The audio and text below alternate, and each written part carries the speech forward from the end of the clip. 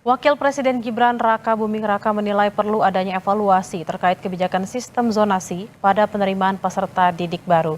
Gibran menyebut jumlah guru yang tidak merata dan terbatasnya jumlah sekolah membuat sistem zonasi belum bisa diterapkan di semua wilayah.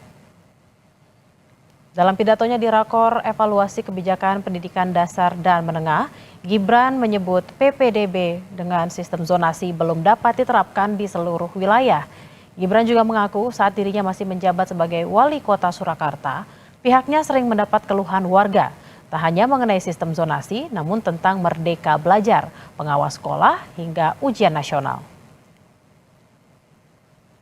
Zonasi ini program yang baik, tapi silakan nanti Bapak Ibu selama rakor mungkin bisa memberi masukan, karena jumlah guru kita itu belum merata.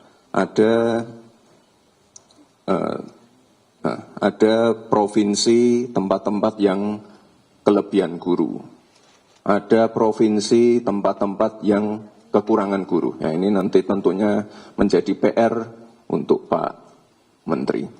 Jadi zonasi sekali lagi ini program yang baik, tapi mungkin belum bisa diterapkan di semua wilayah.